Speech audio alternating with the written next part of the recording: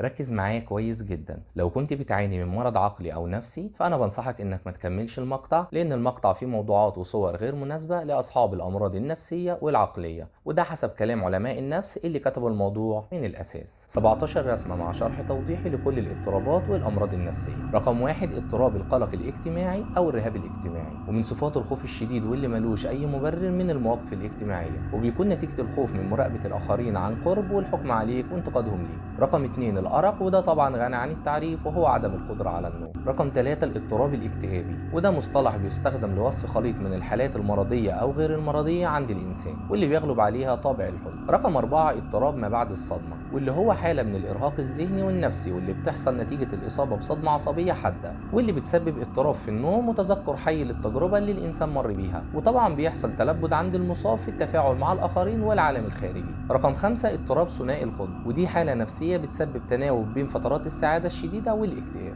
رقم 6: اضطراب الشخصية الحدية، وده اضطراب نفسي بيأثر على طريقة التفكير عند الشخص المصاب وعلى شعوره الداخلي تجاه نفسه والآخرين، واللي بيسبب مشاكل كتير جدا في التعايش اليومي، من علاقات غير مستقرة وصورة ذاتية مشوهة ومشاعر اندفاعية شديدة جدا. رقم 7: طيف التوحد، ودي حالة بيواجه فيها الأشخاص صعوبة في تطوير علاقاتهم الاجتماعية العادية، زي صعوبة الكلام بشكل طبيعي أو بمعنى أوضح العجز عن استخدامها بشكل مطلق، بالإضافة إلى إظهار سلوكيات مقيدة أو تكرارية. رقم 8: الفصام الارتيابي، وده من أكتر الأنواع انتشارا عالميا، بحيث إنه بيسيطر على الشخص أوهام ارتيابية بشكل ثابت نسبيا، بالإضافة إلى هلاوس سمعية متنوعة مصحوبة باضطرابات إدراكية. رقم 9: اضطراب الوسواس القهري، وهو شعور الشخص بالحاجة للتحقق من أمور معينة بشكل متكرر وبأفكار معينة، واللي بيفقد الإنسان سيطرته على أفكاره وعلى أفعاله بشكل كبير. وأكتر الممارسات المنتشرة والشائعة هي تكرار غسل الإيدين. رقم 10: اضطراب الشخصية الاعتمادية، وده بيتميز بالاعتماد النفسي الزايد على الآخرين، وده من الحالات طويلة المدى واللي بيعتمد فيها الشخص المصاب على أشخاص غيره علشان يقدر يعمل إشباع لاحتياجاته النفسية والجسدية. وبالنسبة للاستقلالية فتكاد تكون معدومة عند المصاب. رقم 11: فقدان الشهية العصابي،